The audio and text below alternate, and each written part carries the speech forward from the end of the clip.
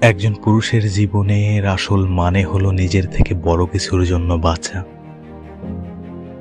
পুরুষের কাজ হলো লড়াইয়ের জন্য প্রস্তুত থাকা। ইতিহাসে আমরা দেখেছি পুরুষরা সবসময় যুদ্ধ করেছে এবং প্রাণ দিয়েছে অনেকেই। এই পৃথিবী চরম প্রতিযোগিতামূলক। যদি তুমি বসে শুধু নিজের দুঃখ নিয়েই ভেবে থাকো, ভাবতেই থাকো, তবে তুমি সবসময় হারবে। যারা হার মানে তাদের জন্য এখানে কোনো জায়গা নেই। তুমি যদি মনে করো আমি ক্লান্ত, আমার মন খারাপ, তাহলে সবার আগে নিজেকে প্রশ্ন করো, তুমি কি সফল হতে চাও?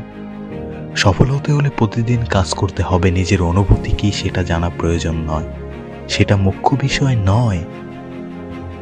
ক্লান্তি থাকলেও কাজ করো, ভয় থাকলেও কাজ করো। এটাই সত্যিকারের পুরুষত্ব। যারা প্রতিদিন পরিশ্রম করে তারাই উপরে ওঠে, আর যারা বসে থাকে তারাই নিচে নেমে যায়। যারা থেমে থাকে তারাই পিছে পড়ে যায়। মনে রেখো, এই পৃথিবীতে তোমার প্রতিটি দিনই যুদ্ধ। যদি তুমি বসে থাকো, এই প্রতিযোগিতায় জিততে পারবে না।